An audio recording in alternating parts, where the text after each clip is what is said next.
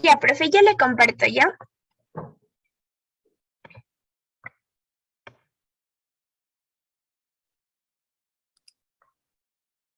Ya, profe, me confirmó cuando ya se pueda ver. Ya se está viendo. Ya, listo, profe. Bueno, referente al texto que nosotros leímos, era el poder, la sociedad y la visión de la discapacidad. Entonces aquí habían ciertos puntos que eran bastante importantes en cuanto a las relaciones de poder y la discapacidad. Se dividían en ciertos paradigmas que nosotros como sociedad hemos tenido a lo largo de la historia y que se siguen manteniendo, incluso para la formación de ciertas políticas que hoy en día tenemos.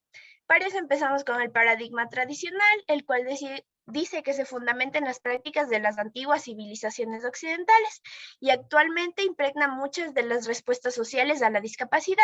Este se dividía, por decirlo así, en dos fases que eran principales. La una era el exterminio, que se refería a las prácticas de eliminación por razones de discapacidad y que inician con la eutanasia, y la otra era la segregación, que fue una realidad que vivieron las personas con discapacidad en la Edad Media, cuando se les relegaba a lugares apartados por evitarlo, por decirlo así, el contagio, porque ellos pensaban que se podía contagiar. Tenemos también el paradigma biológico, el cual se refiere a la lástima específicamente, ya que se dice que este ha sido un fantasma que ha rondado por siglos a la población en condición de discapacidad. Y se refiere también a la ideología de la superioridad biológica, que se funda en la constatación de que muchas de las enfermedades se generan como producto final un déficit, es decir, que no van a poder tener una vida normal, por así decirlo. Y también se encuentra el paradigma social, el cual postula que la discapacidad no es solo la consecuencia de los déficits existentes en la persona, sino la resultante de un conjunto de condiciones, actividades, relaciones interpersonales, muchas de las cuales están motivadas por factores ambientales. Y por último se encuentra el paradigma de los derechos humanos, que es en el que se ha querido aterrizar, por decirlo así, actualmente. Es el que en donde se asume que la discapacidad no es un atributo que diferencia una parte de la población de otra, sino una característica intrínseca de la condición humana. Ser humano significa en esencia ser diferente, es decir, que no hay un ser humano que posee un repertorio completo de habilidades para enfrentarse a las múltiples y cambiantes demandas de la sociedad y el entorno. También es importante que destaquemos los estereotipos en contra de las personas con discapacidad, es decir, lo que nosotros solemos pensar de ellas. Entre ellos está que es villana o malvada, que nunca crece y siempre tiene que estar protegida, es idealizada como un héroe, es torpe, inspira lástima o es violenta. También una pregunta importante que nos tenemos que hacer es si el derecho discrimina. A lo que nos referimos es que las leyes, la jurisprudencia y otras fuentes del derecho han sido utilizadas para controlar, inutilizar, invisibilizar y violar los derechos humanos fundamentales. Es así como se limita su capacidad de actuar, como por ejemplo también la capacidad de poder casarse, de poder adoptar o incluso de tener derecho a trabajar. Y por último, tenemos la situación de la población con discapacidad dentro de nuestra comunidad, a lo que nos referimos desde en distintos ámbitos, como la educación, que en donde se refleja que los centros educativos no cuentan con las ayudas necesarias para otorgar una educación de calidad para la población con discapacidad, y hay una existencia de adecuaciones curriculares. También tenemos en cuanto a la salud que los servicios médicos especializados están centralizados más en las áreas urbanas, dejando de lado eh, otras áreas que se podría decir que son más marginadas. Y aquí existe un alto porcentaje de la población que no ha recibido atención en relación a su discapacidad. También tenemos dentro del trabajo que las personas con discapacidad consideran que se les paga menos por su condición, y algunos países, pese a que cuentan con incentivos para la contratación de personas con discapacidad, no se ha tenido con esto el impacto que de cierta manera se esperaba. Por último, en cuanto a la información y la comunicación, tenemos que no existen servicios de información y comunicación adecuados para las personas con discapacidad en los servicios al público. No existe señalización adecuada para la población en los espacios públicos y existen muy pocos programas de televisión con interpretación en lenguaje de señas, que podría ser un ejemplo. Y por último tenemos la referencia, que era el texto justamente que nosotros leímos para poder sacar estos planteamientos importantes. Eso, profe.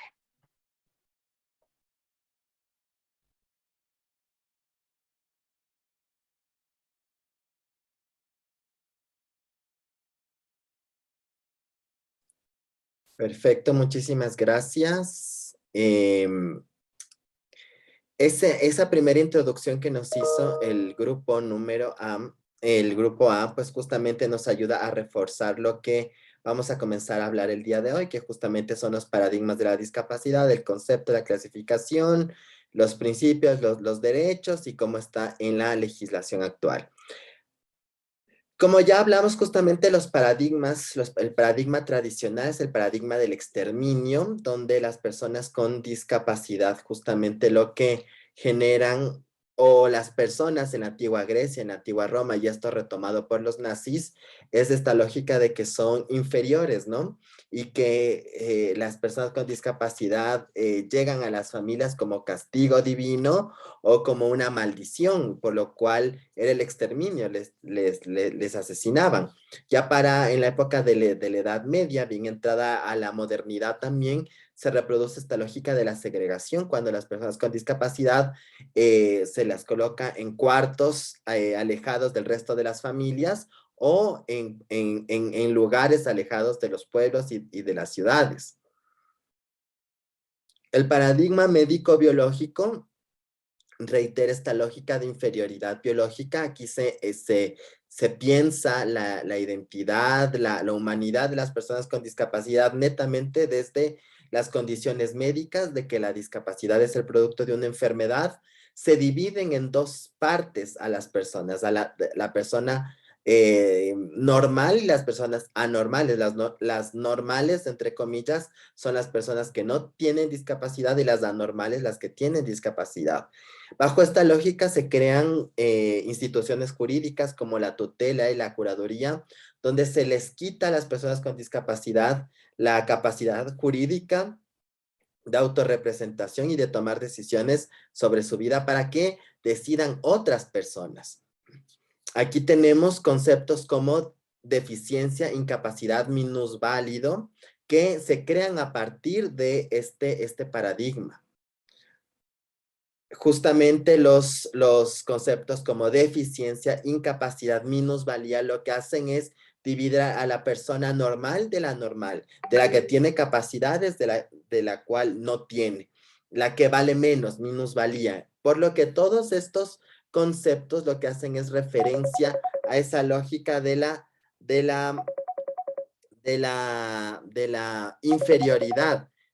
inferioridad biológica. Entonces,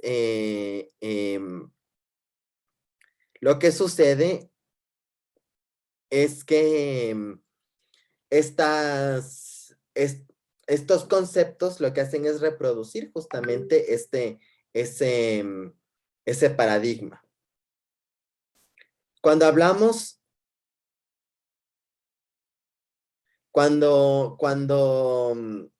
hablamos del paradigma médico-biológico, y cuando les decía que se les quita a las personas con discapacidad su capacidad, valga la redundancia, de decidir, justamente es que las personas con discapacidad no deciden sobre su vida, no deciden sobre sus derechos, sino va a ser la familia, el Estado, la sociedad, la familia, el Estado, la sociedad, quienes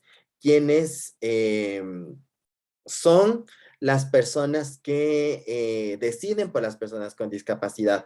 No son las personas con discapacidad, ellas no deciden. El siguiente paradigma es el paradigma social. El paradigma social es el que se enfoca que las discapacidades no son culpa de la persona, sino el ambiente diseñado por el ser humano es el que ha provocado que las discapacidades, que no ha visto las necesidades específicas de las personas con discapacidad sobre su movilidad, sobre su comunicación, y por lo tanto, lo que se ha construido en función de las personas que no tienen discapacidad es lo que provoca la discapacidad como tal.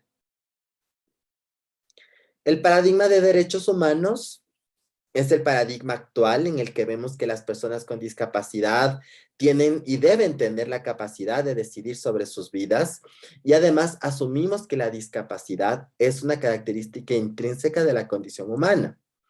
Bajo los elementos de la discapacidad, todas las personas con discapacidad deben tener el derecho a decidir sobre su vida, sobre su cuerpo, sobre sus derechos. Asumir que la discapacidad también es un hecho universal que sucede en todas las sociedades, en todos los contextos, que todas las personas podemos tener discapacidad, es decir, que somos personas con discapacidad en potencia. Puede suceder algo en nuestras vidas que provoque discapacidad, así no hayamos nacido con discapacidad. Por eso el ambiente y el contexto debe estar preparado para eso. Y justamente es identificar el fracaso, como el paradigma anterior, el fracaso del ambiente construido por el ser humano que no ha visto todas las necesidades específicas de la diversidad funcional. Y finalmente la interdependencia, señalar que no solo las personas con discapacidad en diversos momentos de su vida van a depender de otras, sino que todas las personas dependemos de otras personas para el desarrollo de nuestra vida. No es que somos autosuficientes y nos valemos por nosotros y nosotras mismos siempre. El hecho de que comamos algo, de que estemos vestidos, de que nos transportemos, de que tengamos las cosas que tenemos. Alguien las hizo, alguien las cultivó, alguien las construyó, alguien las distribuyó. Entonces, todas y todos tenemos una dependencia de otros seres humanos, no solo las personas con discapacidad. Por eso, las palabras como minusválido, discapacitado, personas con capacidades especiales, persona incapaz, es prejuicioso y discriminatorio, porque todo eso hace referencia al paradigma tradicional y al paradigma médico-biológico.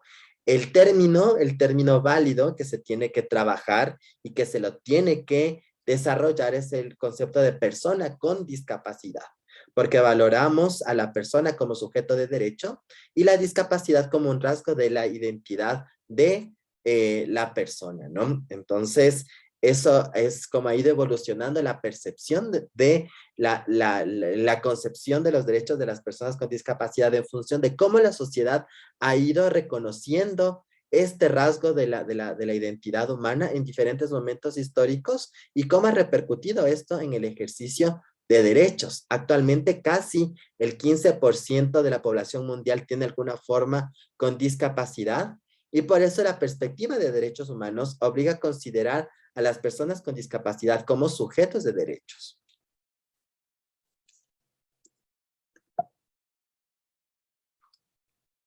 Ok, vamos con el grupo B. ¿Quién es el sujeto de la discapacidad? Ok, nosotros, profe.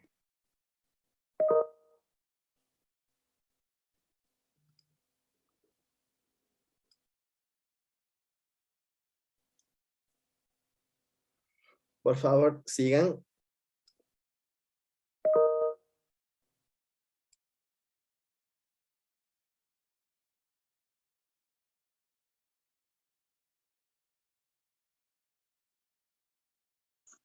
Ya, profe. Sí, sí se ve, compañero.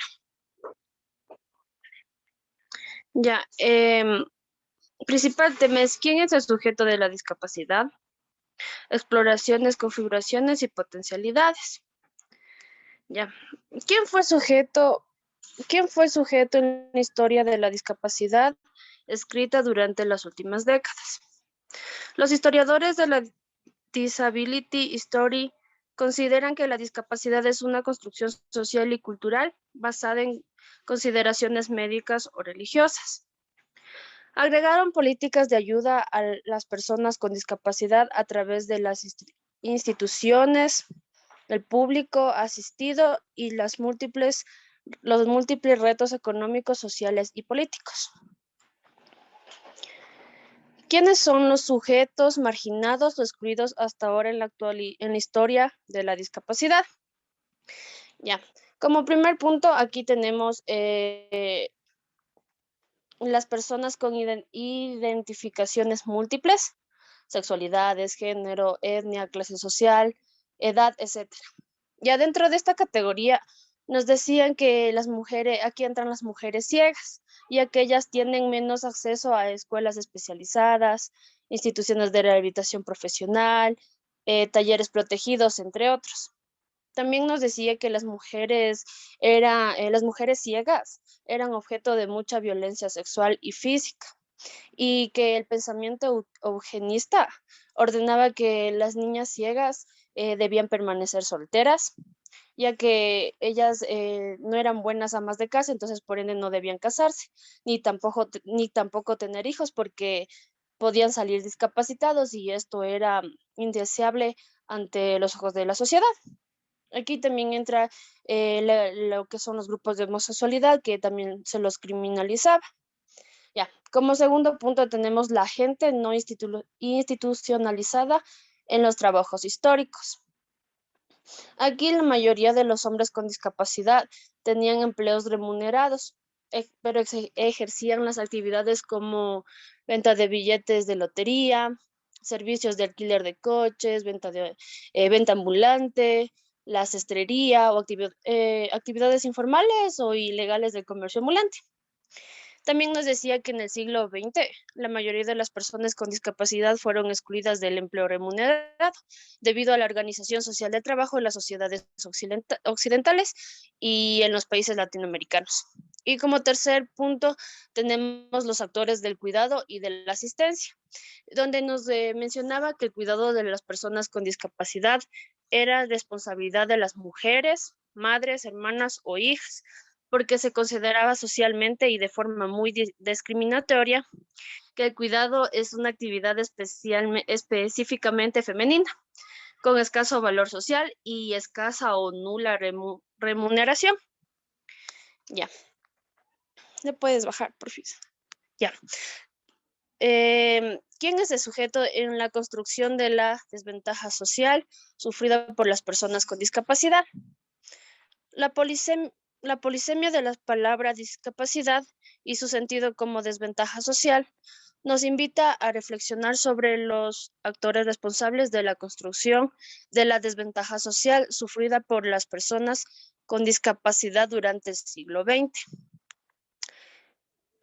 El papel de los actores religiosos en la promoción de una imagen caritativa de la discapacidad. Las religiones contribuyen a construir un imaginatorio social inspirado en los textos fundacionales de cada religión, que promueve ciertas prácticas religiosas y sociales para las personas con discapacidad. B. El papel de los promotores del sistema económico liberal en la restricción de los derechos económicos y sociales. Los promotores del sistema económico liberal y neoliberal, empresarios, responsables políticos y administrativos, jugaron un papel fundamental para delimitar y restringir ciertos derechos económicos y sociales de las personas con discapacidad a nivel internacional. C. Puede subir un poquito más. Ya. El papel ambivalente de los profesionales del campo de la salud. Contribuyen enormemente a la mejora de la salud, al alivio de su dolor, pero también se les acusa en la literatura de haber contribuido a la construcción de un modelo médico de discapacidad, reduciendo la persona a su discapacidad e ignorando todo lo que quiere. En conclusión, durante las últimas décadas, los historiadores de la época contemporánea han privilegiado el análisis de algunos sujetos, personas o entidades en la historia de la discapacidad. Los grandes hombres o las grandes mujeres, las instituciones y después de los años 2000 ha elegido también promover las personas con discapacidad como actores colectivos de las políticas públicas publicando artículos sobre los movimientos asociativos. Gracias, profe.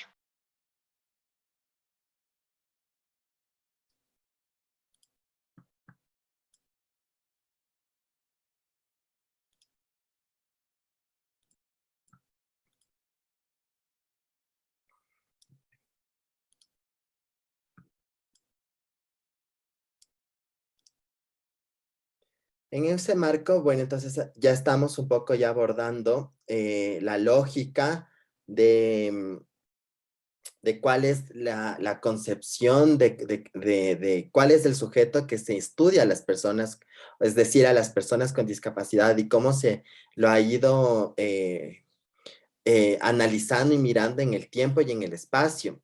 Bajo la normativa internacional de protección a las personas con discapacidad, existen dos grandes tratados internacionales. El primero es la Convención Interamericana para la Eliminación de todas las formas de discriminación en contra de las personas con discapacidad y la Convención sobre los Derechos de las Personas con Discapacidad.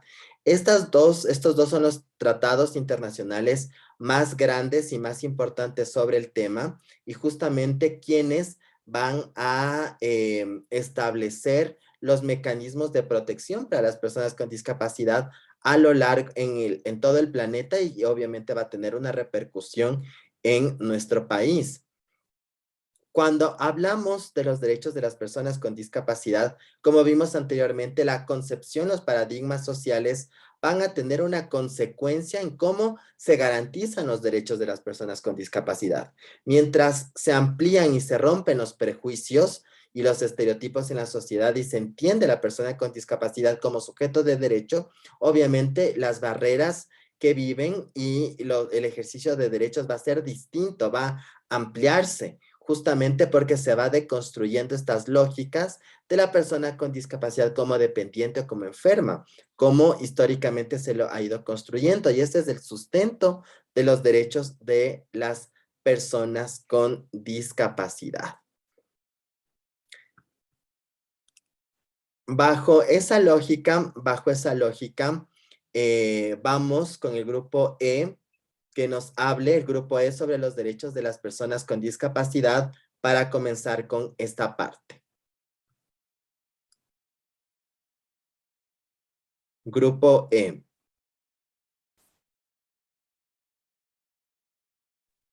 Muy buenos días, profe. Ya le comparte mi compañera. Ya.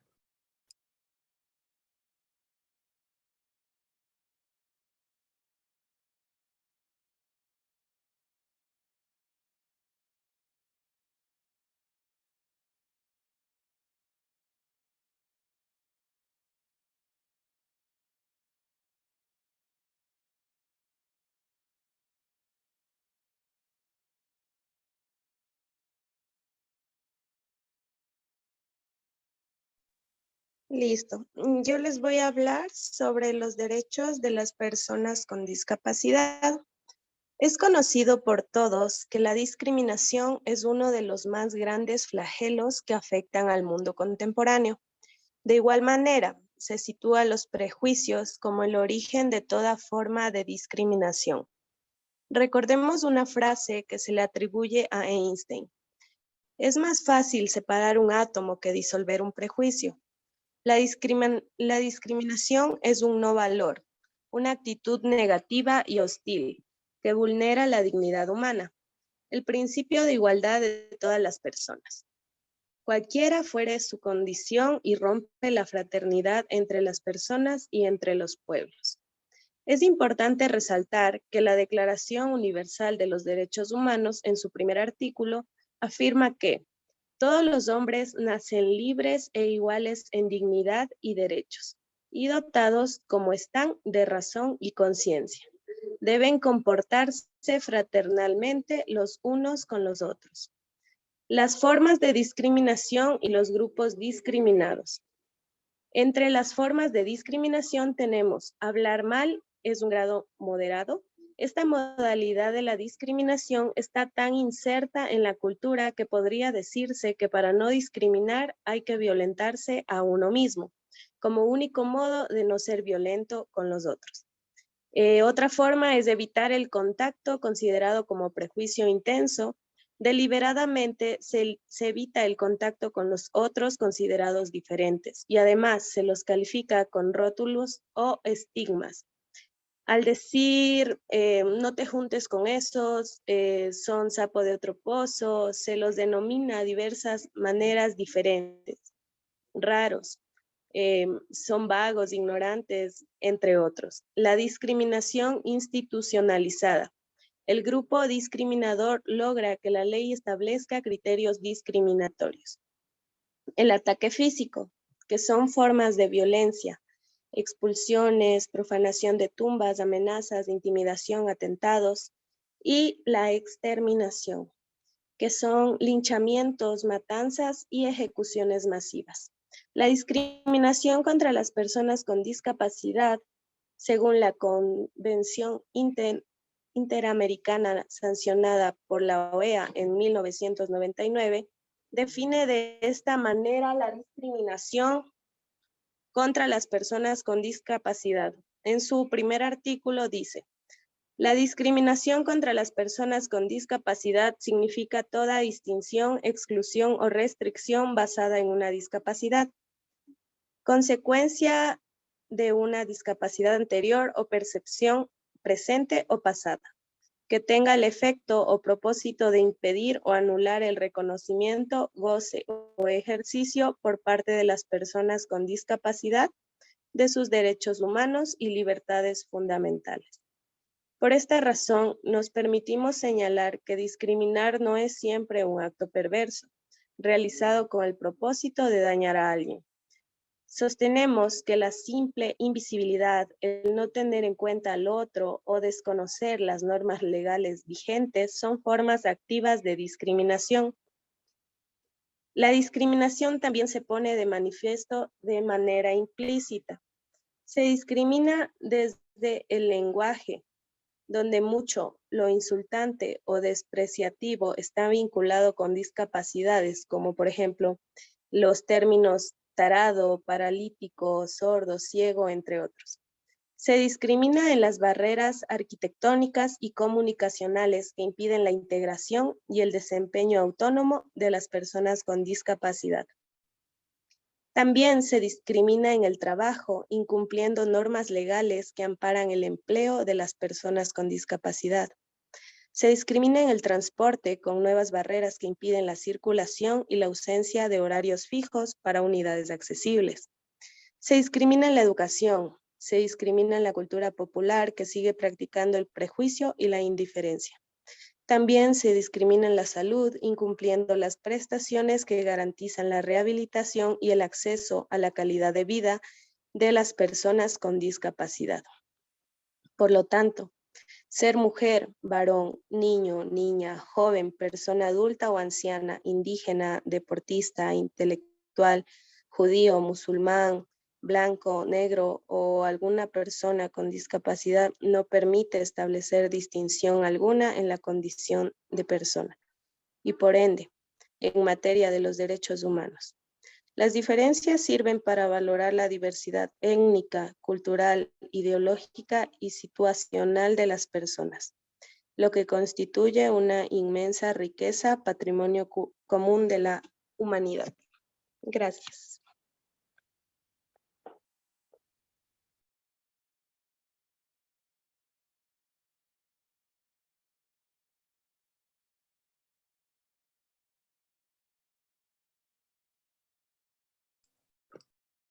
Entonces vemos que justamente todas estas lógicas de discriminación son los que fomentan las luchas por los derechos de las personas con discapacidad y sobre todo cómo está concebido esto en el plano de la Convención sobre los Derechos de las Personas con Discapacidad. Es por eso que la Convención sobre los Derechos de las Personas con Discapacidad señala que el concepto de discapacidad es la persona con discapacidad, aquella que tiene alguna deficiencia física, mental, intelectual o sensorial de largo plazo o de manera temporal, que al interactuar con las diversas barreras puede impedir su participación plena y efectiva con la sociedad en igualdad de condiciones.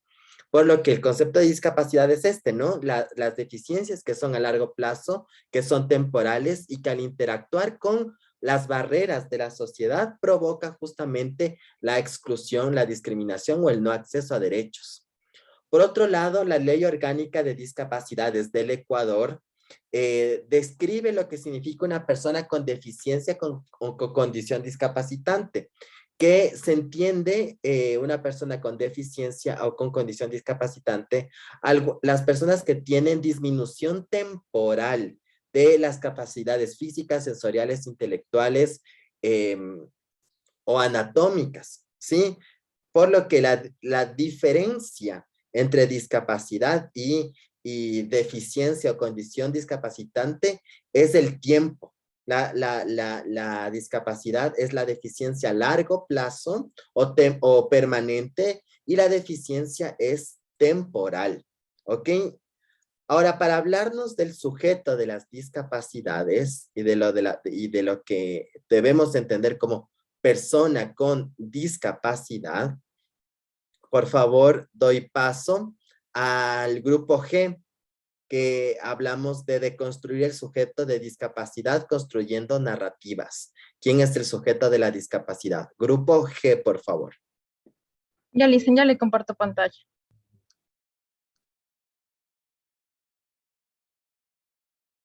Ya se puede observar, Licen. Sí. Ya, bueno, a nosotros nos ha tocado hablar sobre desconstruir al sujeto de la discapacidad construyendo narrativas. En sí, pues cuando hablamos de deconstruir al sujeto de la discapacidad, pues hablamos de un anhelo de nuestras prácticas cotidianas y una forma de lucha contra las violencias. Lo primero, pues se centra en las propuestas elegidas, luego se investiga la discapacidad y luego se hace una pregunta de quién narra el sujeto de la discapacidad. Esto se hace a través de estudios críticos de discapacidad. Se podría construir diferentes maneras de responder dicha pregunta. Ya, como afirma Rosana Molina, pues ella nos da dos aspectos significativos. El primero, pues, que es el tratamiento espiralado de la relación teórica-empírica, en la cual llaman los agentes de la investigación, quiénes son los que validan los relatos. Y por otro lado, pues, es la puesta en evidencia de una ética de la investigación en relación con las voces de dichos agentes. Ya. En narrativas, relaciones de poder y colonialidad del saber en las producciones científicas. Pues aquí nos dice que la discapacidad estaba asociada a lo que es la monstruosidad, a la rareza y a la normalidad. Y esto despertó el interés en los científicos y se produjo lo que son las violencias más evidentes hasta las más sutiles, lo que hizo, y fueron vinculadas también a lo que son las violencias simbólicas. De igual manera, pues se han reproducido las estructuras sociales dominantes, como son en el caso de los niños y niñas con sordoceguera y multidiscapacidad. Ya, narrativa, relaciones del poder y colonialidad del saber en las producciones científicas. Pues aquí son las formas de construir saberes que permiten la participación de aquellos colectivos que históricamente han sido observados, a los cuales los llamaban sujetos de discapacidad. Ya. No hay nada fuera de las historias. ¿Quién narra el sujeto de la discapacidad? Pues aquí, si bien el concepto de discapacidad ya estaba tomando relevancia, pues a partir de los años 90, este concepto lo que hizo fue generar movimientos sociales para la protección de los derechos y de igual manera se visibilizaron las luchas de los colectivos. Ya. De igual manera, pues en tanto la fabricación histórica, pues nos dice que la subjetividad se vincula a quienes podrían ser si nos permitimos rechazar las formas de individuación impuestas y crearnos libertades. Ya. Narrativas latinoamericanas y estudios críticos de la discapacidad. Pues aquí no son las, pues aquí son las propuestas en común de la propia impronta, también nos habla de los posibles orígenes, de las preguntas fundantes y el vínculo de la biografía de quienes investigan con el trabajo que proponen. Para Pérez Ramírez, pues él entiende la discapacidad, nos dice que está más vinculada a lo que es el orden social y político antes que al cuerpo y lo visible. Para ello, pues, él nos da 3 narrativas de mujeres con discapacidad, quienes fueron víctimas de violencia. De igual manera, para Bozorro y otras, pues, él nos da 3 evidencias por medio de los sentidos de las experiencias que han sido identificadas, como el acompañamiento individual, institucional y externo. Ya. Para ello, pues, él se enfatiza en lo que es el capacitivismo, que sostiene que se trata de una postura prejuiciosa que jerarquiza los cuerpos según su adecuación a la corponormatividad hegemónica, porque define a las personas a partir de vincularlas a las discapacidades con la incapacidad de trabajar, de producir o de sentir. Ya.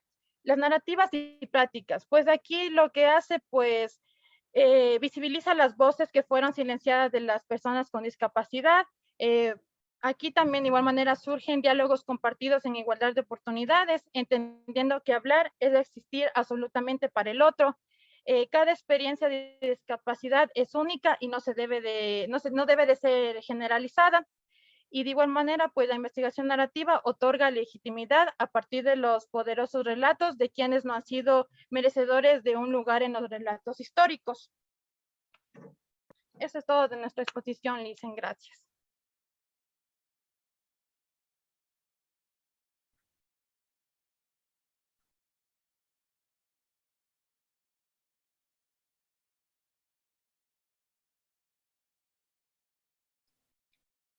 Listo, muchas gracias. Pasemos. En el marco de las discapacidades, como vemos, hay una clasificación de las discapacidades y tenemos 4 grandes clasificaciones: la discapacidad mental, la intelectual, la física y la sensorial, que son las grandes clasificaciones. La discapacidad intelectual es la limitación en las funciones mentales, en las habilidades intelectuales, se presenta en la carencia en la adaptación, en la comunicación, en el lenguaje y en el aprendizaje. No se debe tratar a las personas con discapacidad intelectual como retrasadas mentales. Todo esto retrotrae al paradigma médico-biológico. Hay que hablar como personas con discapacidad intelectual. La discapacidad psicosocial o discapacidad mental es la deficiencia mental que impide poder aprender, concentrarse, recordar, prestar atención del cuidado personal, comunicarse e incluso conversar. Este tipo de discapacidad puede ser temporal o permanente y en ocasiones genética. No hablar de personas locas o dementes, sino referirnos como persona con discapacidad psicosocial. Discapacidad sensorial, estamos hablando de las deficiencias en los sentidos, por lo que se refiere a la discapacidad sobre la deficiencia visual y auditiva, se presenta como ceguera total o parcial o deficiencias en el audio, en la escucha. No debemos hablar de sordomudos, ciegos, invidentes, sordos, sino de persona con discapacidad auditiva, persona con discapacidad visual. Finalmente, las personas con discapacidad motriz son aquellas que tienen limitación o pérdida total en cuanto a los movimientos de su funcionalidad motora, piernas, brazos, manos, pies. No referirnos como minusválidos, incapaces, impedidos, sino hablar de personas con discapacidad motriz para reforzar en cómo nos referimos a las personas en el marco de derechos humanos. Sobre los principios de la Convención de los Derechos de las Personas con Discapacidad. Pasemos, por favor, al grupo C. Al grupo C, por favor. Ya, profe, ya le comparto la pantalla.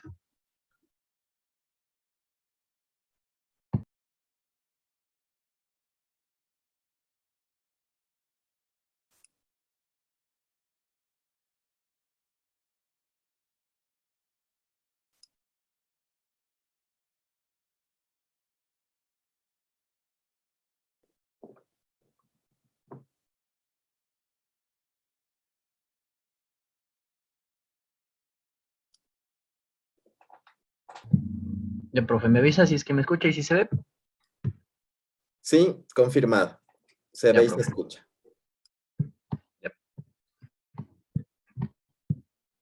Listo, bueno, nosotros vamos a hablar en nuestro grupo sobre los derechos de, bueno, de las personas con discapacidad. En primera instancia, esclarecer que la discapacidad se entiende que como consecuencia de una o más deficiencias físicas, mentales, intelectuales o sensoriales, ver restringida permanentemente su capacidad biológica, psicológica y asociativa para ejercer una o más actividades esenciales de la vida diaria. La Organización Mundial de Salud menciona que el 15% de la población mundial tiene algún tipo de discapacidad. En el siglo XIX, las discapacidades eran el resultado de una maldición o castigo divino. Eran consideradas como minusválidos y de mala suerte. En los años 1940 a 1990 se estableció el modelo médico y de rehabilitación con enfoques paternalistas y asistencialistas que consideraba a los discapacitados como enfermos o objetos de estudio. Y en los años 90 se reconoce la diversidad de condiciones de las personas con discapacidad y se establece un enfoque de desarrollos humanos e inclusión. También mencionar aquí en el apartado de identificación de niveles de discapacidad. Para determinar el nivel de discapacidad se hace una valoración de funciones corporales, valoración de las actividades y participación de las personas en la vida social y valoración de factores ambientales del entorno de la persona. La discapacidad nula, el grado 1. Leve es el grado 2, moderada grado 3, discapacidad grave grado 4 y muy grave es de grave 5. Identificación de discapacidades. Bueno, como usted, profe, ya lo había mencionado, discapacidad física se tiene por deficiencias corporales, amputaciones de miembros superiores o inferiores, falta de movilidad de la mitad del cuerpo o daños en los órganos internos.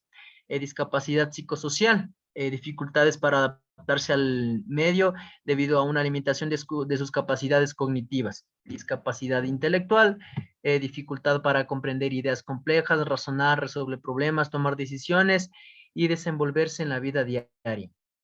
Discapacidades sensoriales, que serían la discapacidad visual, son las personas que presentan ceguera o baja visión. Discapacidad auditiva, personas con sordera bilateral total y o sordera severa de ambos oídos. Es necesario siempre tener en cuenta el lenguaje positivo, que este proporciona un cambio de actitud y mirar a las discapacidades no como algo ajeno y extraño, sino más bien como algo que forma parte de la diversidad humana. Principios para garantizar los derechos. El artículo 3 de la Convención sobre los Derechos de las Personas con Discapacidad nos dice, habla sobre el respeto a la dignidad que es inherente, autonomía individual y libertad para tomar sus propias decisiones, independencia de las personas, no discriminación y accesibilidad. Accesibilidad es la forma de garantizar la efectiva igualdad de oportunidades y en el ejercicio de los derechos. Para esta accesibilidad se necesitan atributos que son los físicos y comunicacional. En los físicos estamos hablando sobre habilitar el ambiente para la movilidad de un ámbito a otro. La comunicación, asimismo, habla sobre habilitar la percepción y comprensión del espacio. El artículo 9 de la accesibilidad nos dice que los estados partes adoptarían medidas pertinentes para asegurar el acceso de las personas con discapacidad en igualdad de condiciones con las demás al entorno físico, el transporte, la información y las comunicaciones. Muchas gracias, profe.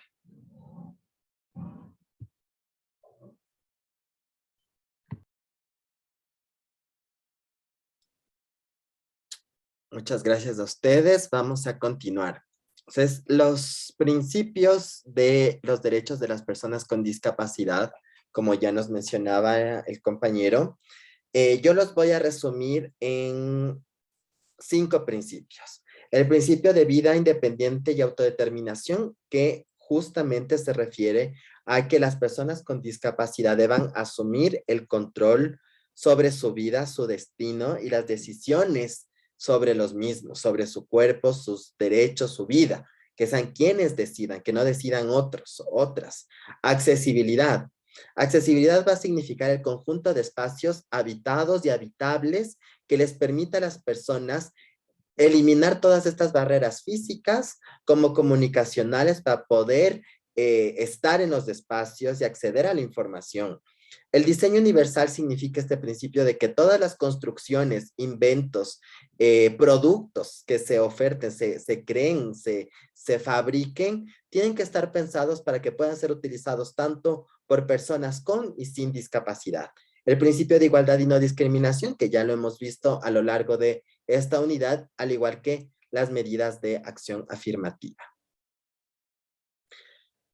Los principios sobre los derechos de las personas con discapacidad, lo que nos hacen es identificar que la discapacidad es un rasgo de la identidad que permite a las personas con discapacidad la participación en la sociedad, la toma de decisiones sobre su vida y sobre la sociedad, establecer comunicación horizontal y sobre todo con esto conseguir libertad, no vivir subyugadas bajo la tutela o las formas en las cuales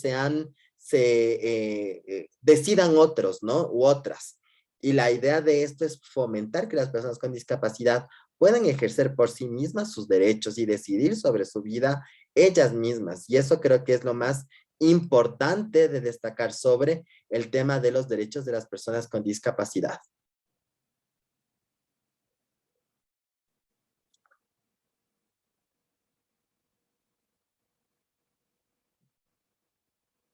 Ok, vamos a pasar con la parte de la normativa nacional sobre los derechos de las personas con discapacidad.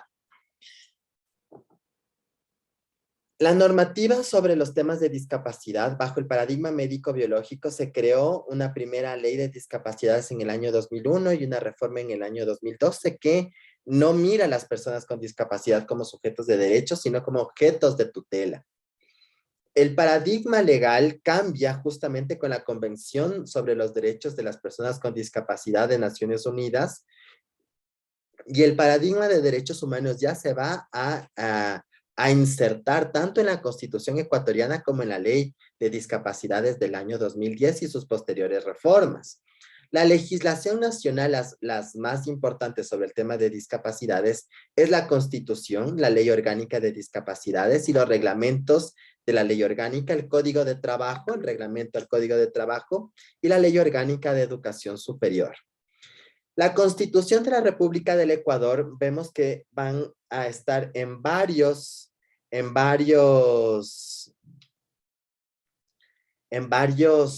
artículos de la Constitución el tema de discapacidades y lo vamos a ver a las discapacidades dentro de los derechos de grupos de atención prioritaria del artículo 35, como los derechos de las personas con discapacidad a la comunicación en el artículo 16, numeral 14, los derechos de las personas con discapacidad desde este marco de protección específica en los artículos 46 y 47, ya en los artículos 330 y 333 sobre el tema del trabajo, en los artículos 369, 341, 381, las obligaciones del Estado frente a las personas con discapacidad en los ámbitos de educación, salud, vivienda, etcétera, ¿no? Por lo que dentro de la Constitución hay un catálogo amplio de derechos de las personas con discapacidad y obligaciones del Estado frente a esos derechos, además de los que ya los podemos encontrar en los tratados internacionales que hablábamos anteriormente, como la Convención sobre los Derechos de las Personas con Discapacidad y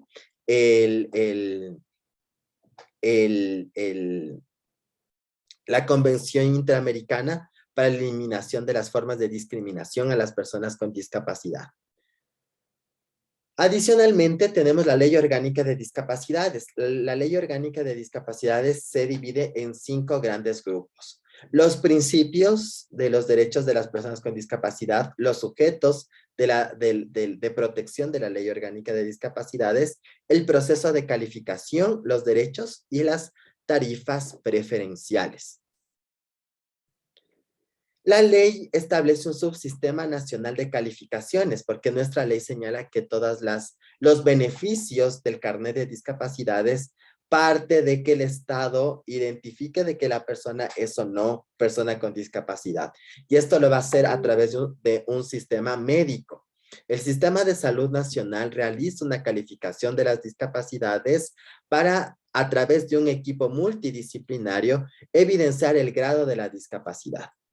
Eso lo hace el Sistema Nacional de Salud. El Consejo Nacional de Igualdad de Discapacidades hace el seguimiento y la vigilancia desde la política pública de la calificación, y la Dirección de Registro Civil incluye, ya cuando se emite el carnet, el porcentaje de la discapacidad dentro de la cédula. El Reglamento de Calificación y Acreditación de Personas con Discapacidad es el mecanismo legal por el cual existe la ruta de poder sacar el carnet de discapacidades. Como yo les decía antes, esto es un proceso netamente médico. Por eso el equipo calificador realiza un proceso de evaluación técnica, biopsicosocial, médico, psicológico y de trabajo social de las personas con discapacidad mediante la recopilación de análisis de documentos, certificados de especialidad, exámenes complementarios, para recabar evidencia médica y psicológica y social sobre las secuelas o las limitaciones de las deficiencias de las personas y identificar el grado de discapacidad. El equipo calificador, como les decía, es un equipo médico general o especialista, psicólogo, psicólogo clínico, psicólogo infantil, trabajo social, neurología, entre otras.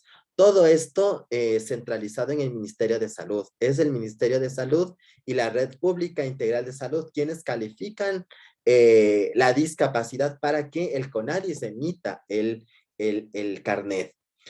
Dentro de la valoración social es donde más trabaja o hace incidencia el trabajo social, porque es el análisis de los diferentes elementos relativos a la persona, la familia, el entorno, la vivencia individual, la vivencia con la familia y la sociedad, para identificar los rasgos de riesgo social, los problemas socioeconómicos, las condiciones discapacitantes de la interacción social.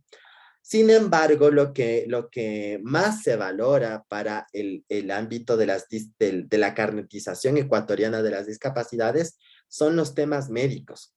Y cuando desde la categorización médica se identifica que las personas tienen de 30 o más deficiencia, 30% o más de deficiencia, ya se les emite el carnet de discapacidades.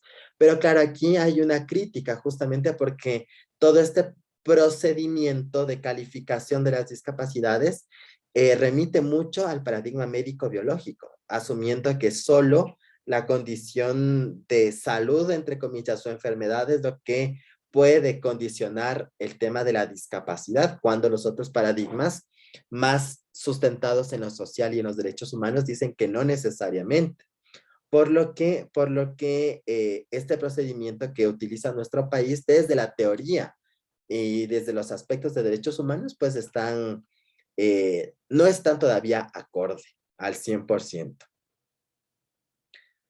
Otra ley que nos habla sobre los temas de discapacidades es hablamos que la ley orgánica de discapacidades en los temas de educación, a partir del artículo 27 del 41, nos habla de los derechos de las personas con discapacidad a la educación, tanto sus necesidades particulares en la educación primaria, secundaria y la educación superior. La Ley Orgánica de Educación Superior, por otro lado, también el artículo 7 establece las garantías para el ejercicio de derechos de las personas con discapacidad, como estudiantes, profesores, trabajadores, investigadores, y los derechos que deben establecerse dentro de las universidades y del sistema de educación superior de las personas con discapacidad. Además del principio de igualdad y no discriminación y el principio de igualdad de oportunidades, que ya lo hemos visto que no se puede discriminar por varias categorías, incluida la discriminación para el acceso, permanencia y egreso de las personas y de los estudiantes al sistema de educación superior. Las reformas del año 2018 de la Ley Orgánica de Educación Superior les dio a las universidades 3 años para adecuar especialmente las condiciones físicas y el acceso universal comunicacional de las personas con discapacidad a la información. Esto, digamos que ya está por concluirse, este término que le dio la Ley de Educación Superior a las universidades. Habrá que ver si es que se han realizado estas adaptaciones que pidió la reforma de la ley en el año 2018. En el ámbito laboral, el Código del Trabajo, en el artículo 42, dentro de las obligaciones de empleador y empleadora, en el numeral 33, habla que en los lugares de trabajo donde existan al menos 25 trabajadores, este lugar de trabajo deberá tener en su nómina al menos 4% de personas con discapacidad.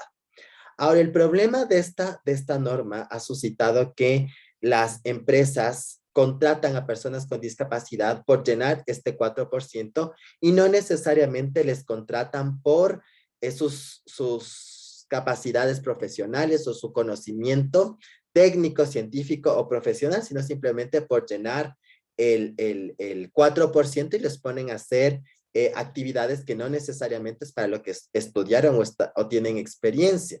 Por lo que desde el trabajo social sería un importante aporte, si es que hacen trabajo social laboral, ubicar de manera adecuada a las personas con discapacidad en función de sus conocimientos, sus experiencias, sus potencialidades y no únicamente hacer tareas o de limpieza o de servicio o de atención al cliente que generalmente les ponen, ¿no?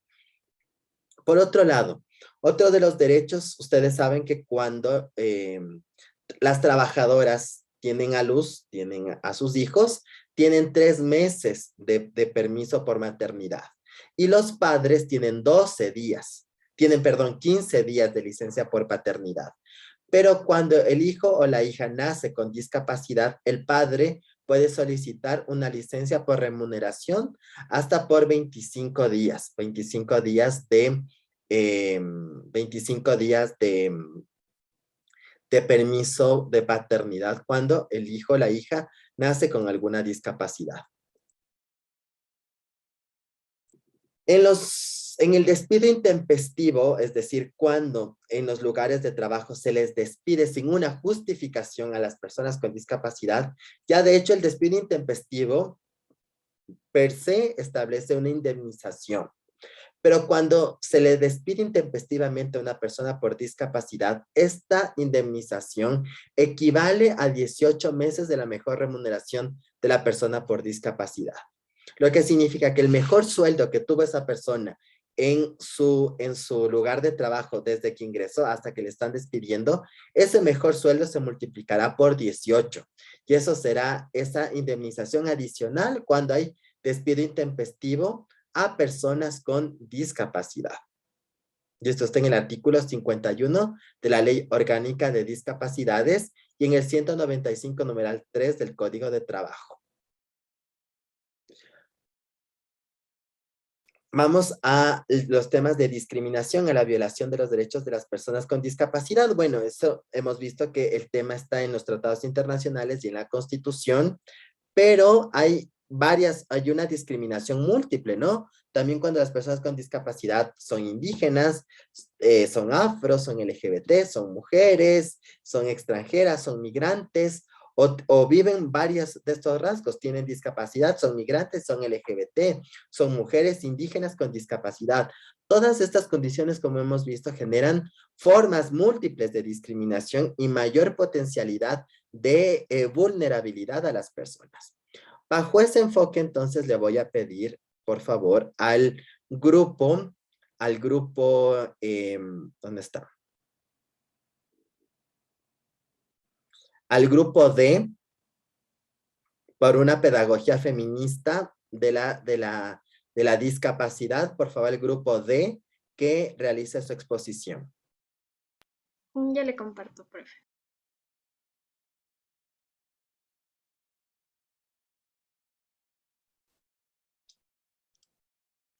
Ya. Bueno, por una pedagogía feminista, anticapacitista que transgreda la normalización. La crítica feminista de este tema nos dice que la pedagogía no es neutral en la transición de saberes. Es más bien una técnica institucionalizada de dominación que reproduce la hegemonía del pensamiento masculino. Y por subjetividad se refiere a los modos de ser, hacer, estar, sentir y relacionarse con un otro en condiciones de diferencia y desigualdad en múltiples marcos cognitivos, valorativos, prácticos y afectivos. La pedagogía como una praxis nos dice que desde la experiencia, el poder, el conocimiento y la subjetividad se posibilita la construcción de saberes a partir de condiciones y alcances epistemológicos, teóricos y metodológicos. El vínculo pedagógico nos dice que fortalece nuestra potencia, que nos posibilita hacerle resistencia al desprecio, al despojo y a la precarización. Y como comparación entre el capacitismo y la pedagogía feminista con perspectiva anticapacitista tenemos. El capacitismo sostiene que las diferencias son una desviación que debe ser normalizada mediante técnicas de opresión y deshumanización. También sostiene que la salud sobre la educación, que la segunda requiere de buena visión, audición, 2 piernas y coeficiente intelectual estándar. También dice que solo los cuerpos perfectos son deseados. Y por último, este restringe ciertos espacios de socialización. En cambio, la pedagogía feminista rechaza cualquier injusticia y crueldad que se ejerza sobre el otro. Además, insiste en la pedagogía desde el diálogo y la escucha activa. También posibilita de desear otros cuerpos, cogniciones y sentidos. Además, trata a las personas con discapacidad desde sus diferencias. Y por último, existen nuevas formas de educarse sin la obligatoriedad corpórea. Y en la lucha por una educación anticapacitista, nos dice que el sujeto con discapacidad, en la vivencia de sus procesos interseccionales, se pregunta por sí mismo, por las y los otros y otras. Además, tiene la posibilidad de enlazar una conciencia crítica a partir de la reflexividad de sus trayectorias de vida. Y por último, según Freire, los maestros o maestras deben tomar una posición responsable y atreverse a conocer en conjunto con el sujeto del conocimiento, que es el educando, para así posibilitar formas múltiples de encuentro entre el sujeto y la realidad. Gracias, profe. Hasta ahí.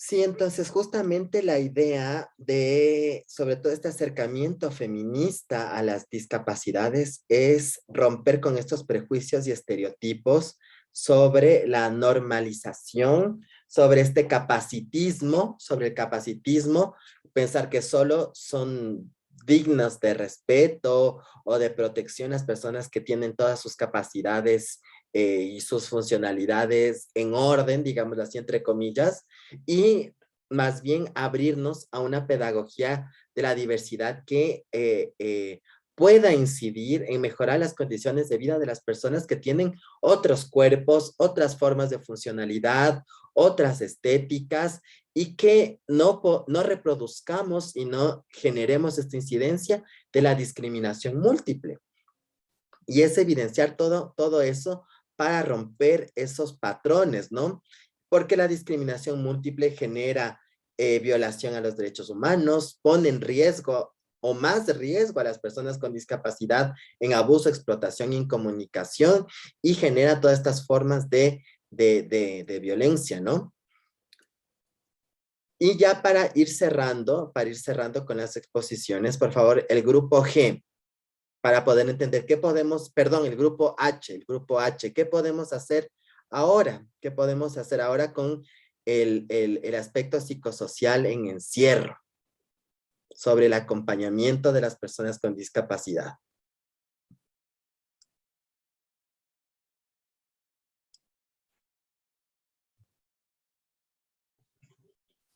Buenos días, profe. No sé si me escucha. Sí, se escucha y se está viendo.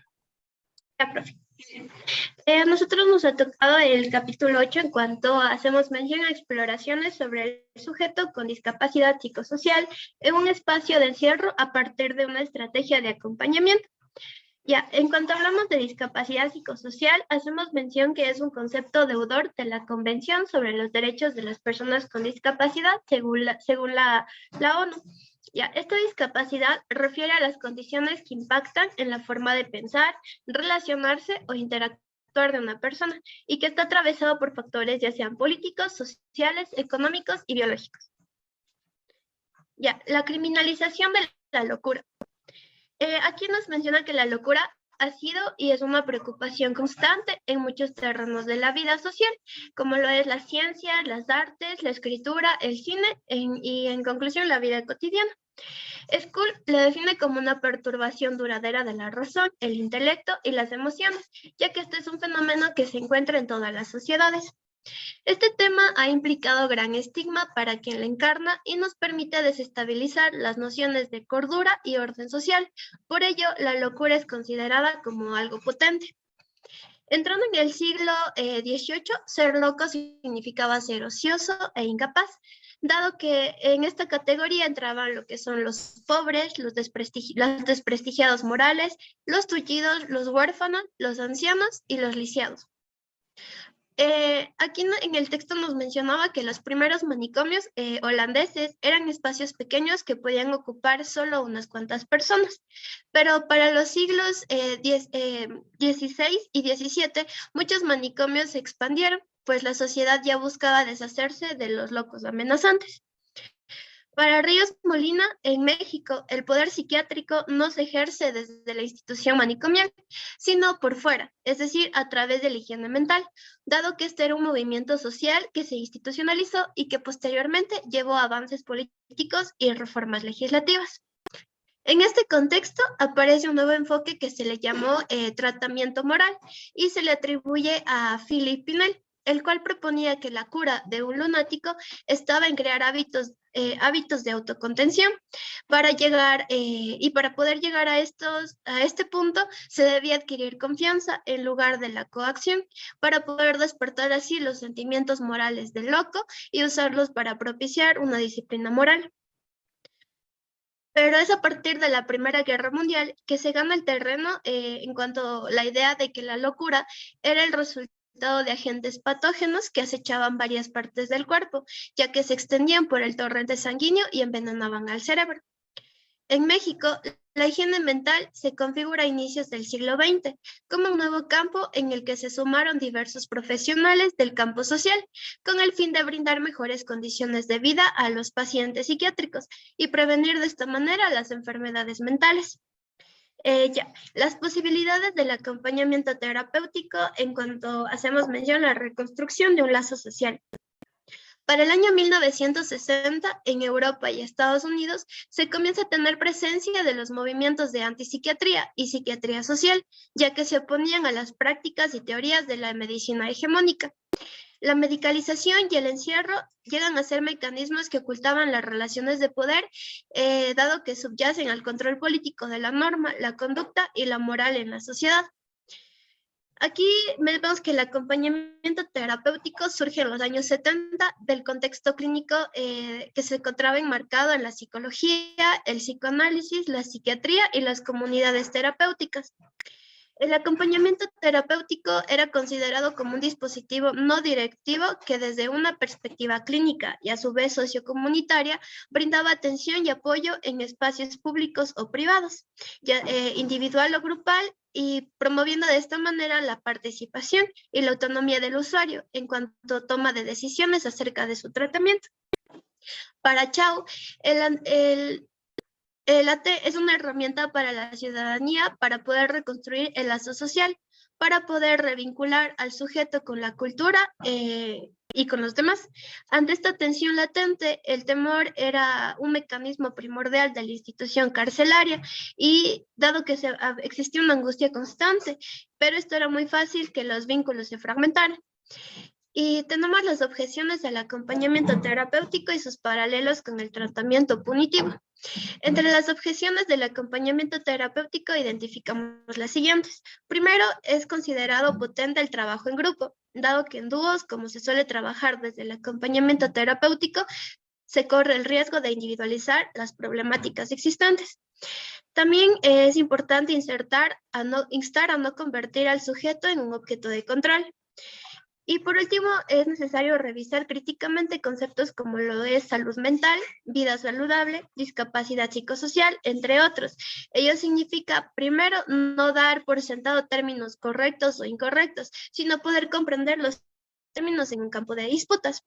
Ya, y por último, profe, en el libro había una frase que decía que la locura asusta porque nos hace recordar nuestra fragilidad.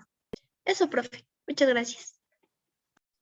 Muchas gracias. Entonces, justamente fíjense que todo esto nos lleva a pensar cómo los prejuicios y los estereotipos en contra de las personas con discapacidad llevaban a este encierro, sobre todo a las mujeres con discapacidad. Esto era una situación bastante compleja.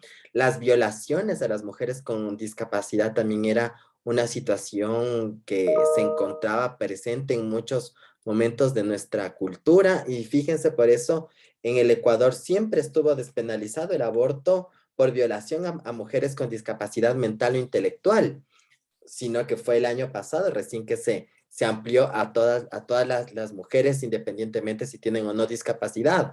Pero justamente es cómo comenzar a deconstruir esta lógica de la persona con discapacidad enferma, de esta persona con discapacidad que tiene que estar recluida, que tiene que estar alejada, y más bien cómo se generan espacios, cómo se generan puentes donde las personas con discapacidad tengan esta vida independiente, esta autorrepresentación, cómo hacemos que los espacios sean accesibles, tanto en lo físico, en lo comunicacional, en romper prejuicios y estereotipos sociales. Y eso es una tarea que nos concierne tanto a ustedes como estudiantes ahora, pero también cuando sean profesionales del trabajo social y analicen, investiguen los ambientes donde se van a desarrollar, donde van a hacer ustedes intervención.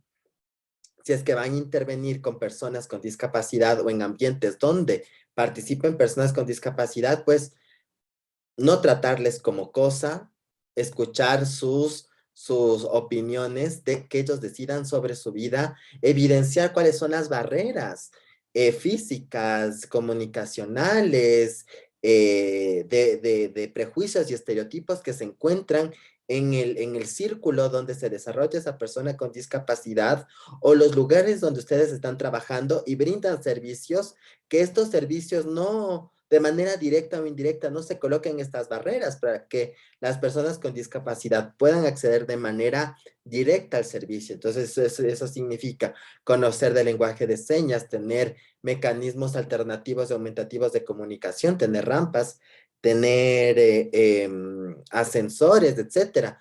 Son varias cosas para poder evidenciar y romper estos moldes funcionalistas y comenzar a romper estas lógicas. La normativa está en la normativa, todo esto de lo que hemos hablado está en la normativa, pero es cómo transformamos lo que está en la normativa y en la práctica social, en la intervención del trabajo social, en la interacción que tenemos con otras personas, con las personas con discapacidad, cómo nos referimos a las personas con discapacidad, cómo hablamos de ellas, cómo utilizamos los conceptos. Y todo eso es importante evidenciarlo para el trabajo personal como profesional. No sé si tienen alguna duda, alguna pregunta, alguna reflexión de lo que hemos trabajado el día de hoy.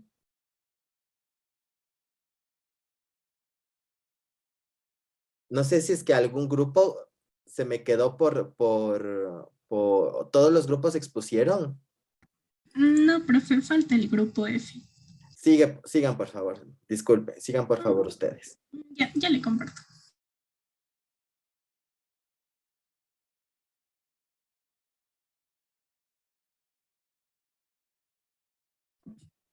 Ya, ahí ya están viendo. Sí, ahí se ve. Ya, bueno, nosotros vamos a hablar de los derechos individuales de las personas con discapacidad. En primer lugar, en la década de los 90, la Organización Mundial de Personas con Discapacidad y el Instituto Interamericano de Derechos Humanos organizan el primer seminario latinoamericano sobre derechos humanos y discapacidad. Es aquí donde se inicia el proceso de reconocimiento, goce y disfrute de los derechos humanos para esta población en el sistema americano, buscando la igualdad para las personas con discapacidad. El primer paso fue la autoconcientización de que esta población tenía que tomar cartas sobre sus derechos.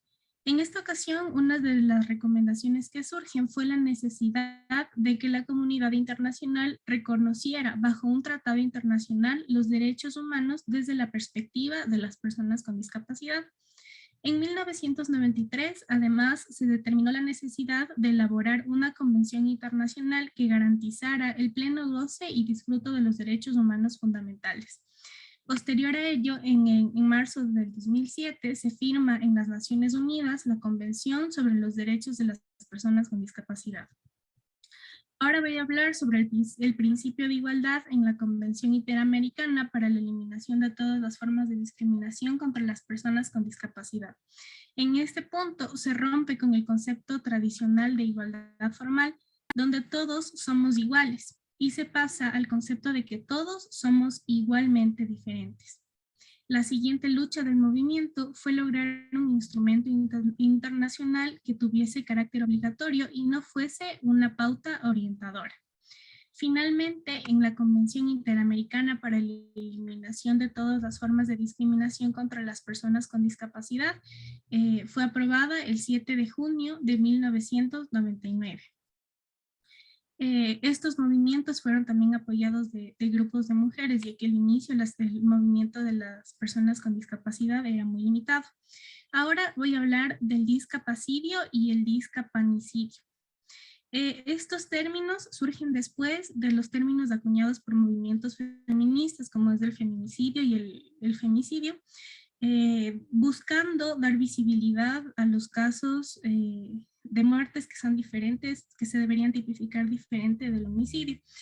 Aquí encontramos el caso de un hombre con discapacidad visual, quien fue asesinado por chocar con otro hombre y bueno, él lo mató a golpes.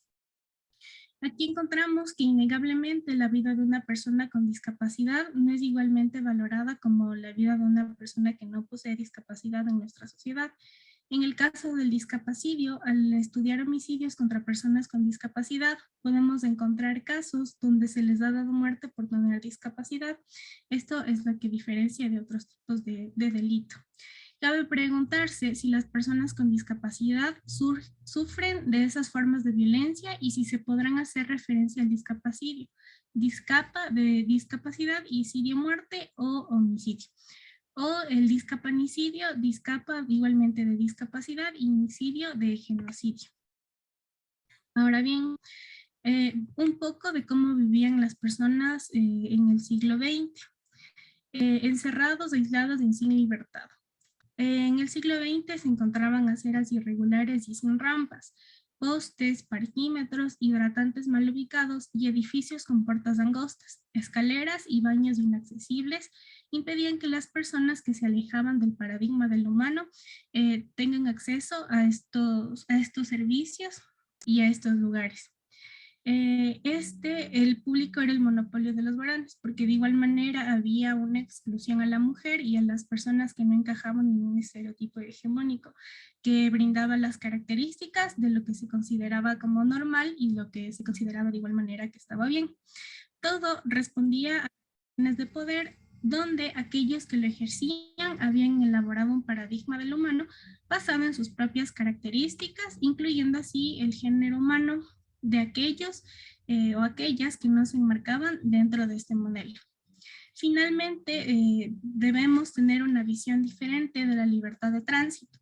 Son muchas actitudes que restringen la libertad de tránsito de los seres humanos. El señalamiento y la condena social expresado de diversas formas por medio de gestos, miradas, comentarios, encierran a un espacio reducido a estas personas donde se sientan protegidos de estos actos violentos. Las principales violaciones se dan por falta de normativa y valoración de las diversas perspectivas, lo que ha obstaculizado la reconceptualización del derecho al tránsito. El caso más patente se evidencia en los internamientos involuntarios en los hospitales psiquiátricos.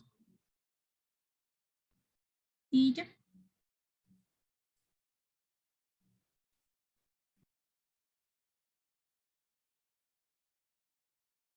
Listo, muchísimas gracias. Entonces, como vemos con esta última parte de Camila, justamente es enfatizar la necesidad que tenemos de abordar el tema de discapacidades desde la voz de las personas con discapacidad, evitar estas limitaciones que coloca la sociedad por la reproducción de los prejuicios y estereotipos, y bajo esa lógica justamente romper estos continuums de la violencia que hemos tenido contra las personas con discapacidad. En ese marco, quisiera preguntarles si tienen alguna pregunta o alguna reflexión de lo que hemos visto el día de hoy, tanto en los conceptos como en lo que han desarrollado sus compañeros y compañeras.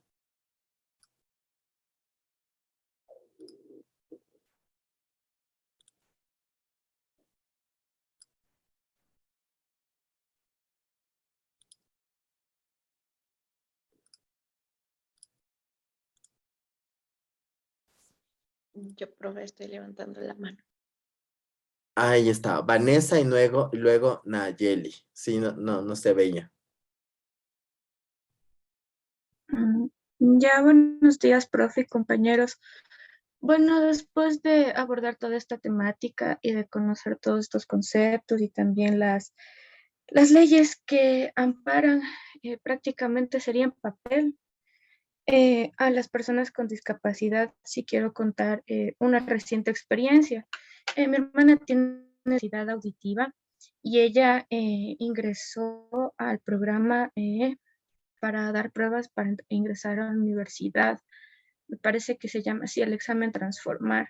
Entonces, nosotros anteriormente habíamos solicitado al Ministerio de Educación Pública, CENESID, CONADIS,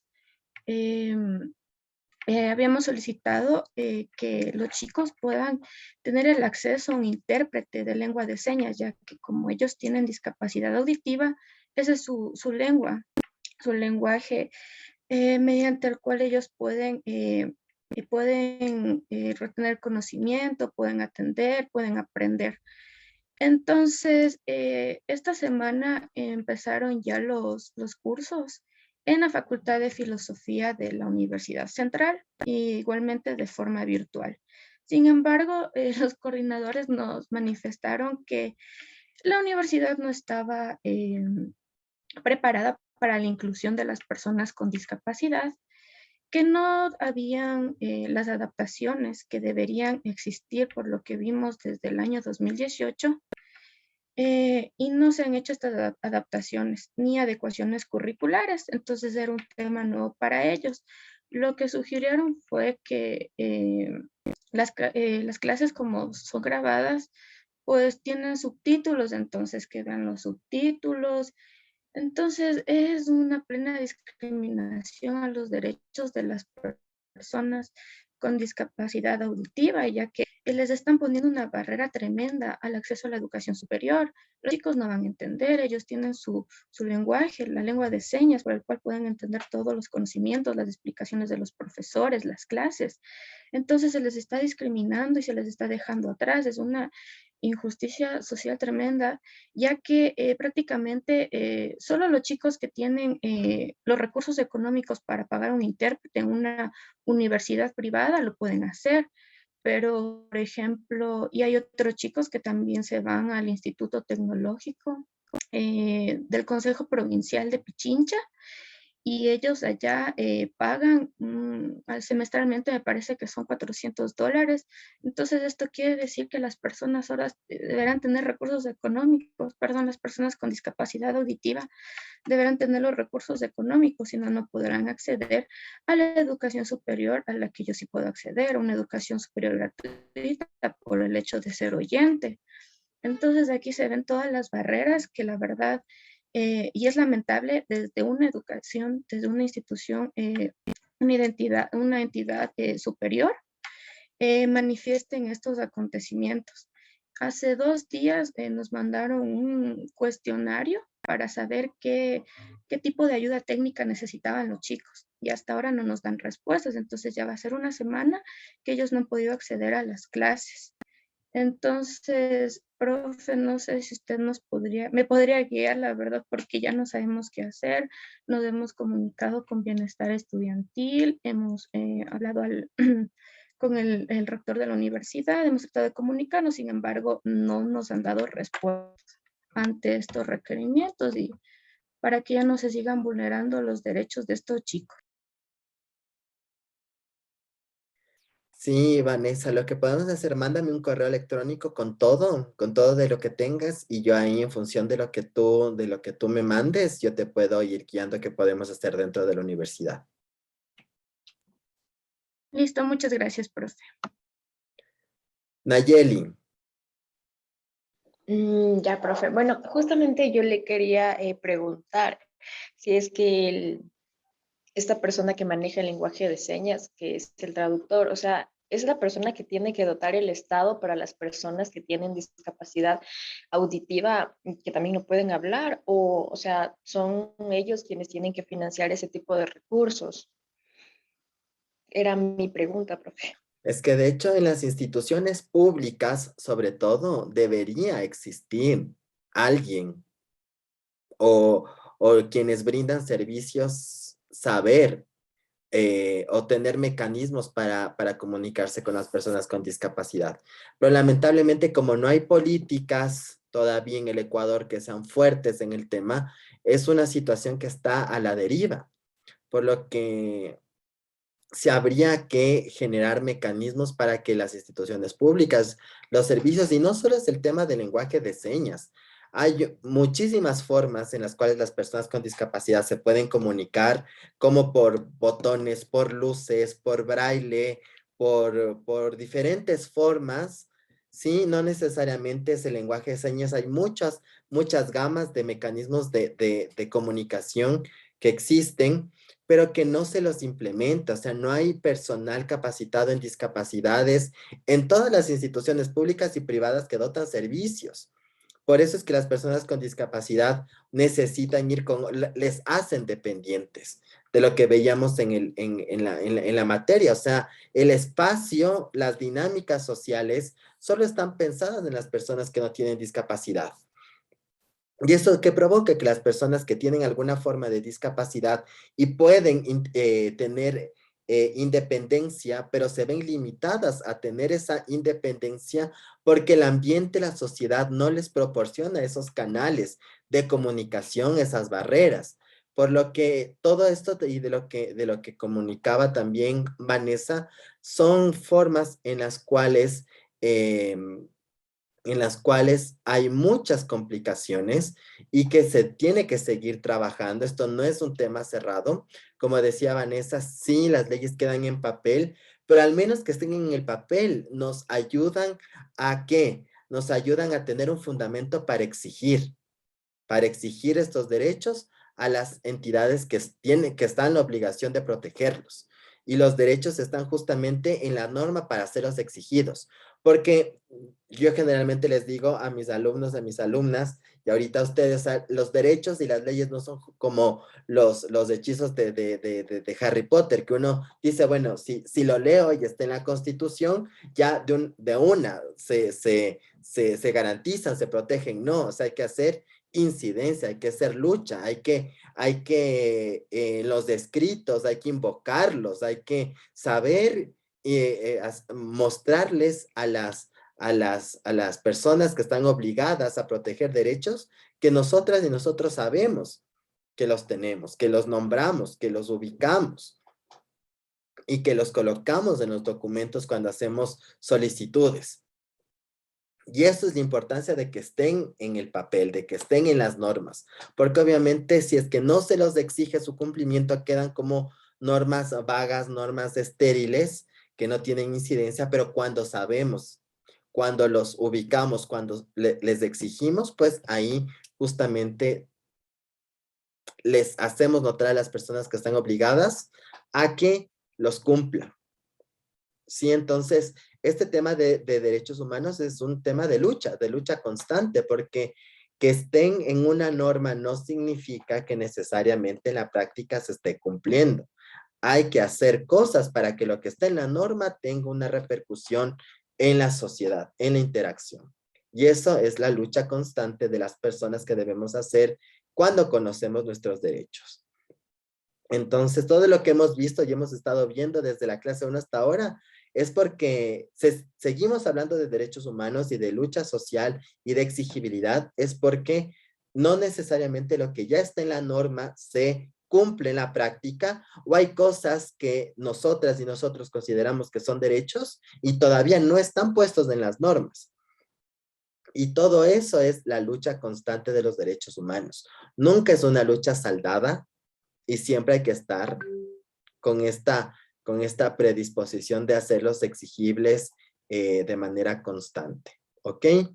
Entonces, eso es un poco lo que debemos pensarnos, no solo con discapacidad, sino con todo. Entonces van a ver que en todos los espacios públicos y privados va a haber violencia basada en género, contra las mujeres, discriminación contra la población LGBTI, contra las personas con discapacidad, contra todo mundo, porque es una matriz constante que tenemos de prejuicios y estereotipos en cómo nuestra sociedad se ha ido construyendo, viendo a las minorías como los otros, las otras, que se les excluye. Pero justamente de que existan los derechos y que los sepamos y los podamos nombrar, sepamos en dónde están, nos da herramientas para la exigibilidad. Y eso es con lo que tenemos que quedarnos, porque en todos los espacios van a ver esto, de que no se van a cumplir plenamente lo que está en las normas, pero de que estén las normas nos da una herramienta para ubicarlos, para nombrarlos al momento de exigir. Y esa es la importancia. Sí, entonces, si no hay más comentarios y reflexiones, les agradezco mucho por la clase, por la participación, y nos estaríamos viendo la siguiente semana con el tema de movilidad humana, todo el tema de migración. Que tengan un excelente día y un buen fin de semana. Nayeli. Profe, tengo una pregunta, disculpe, sobre el portafolio. Lo que pasa es que en la semana 6 nosotros tenemos que hacer el glosario, entonces ese glosario tenemos que ubicarlo en el portafolio también, ¿o no es necesario? No, porque no es un trabajo de elaboración puntual, sino es un trabajo del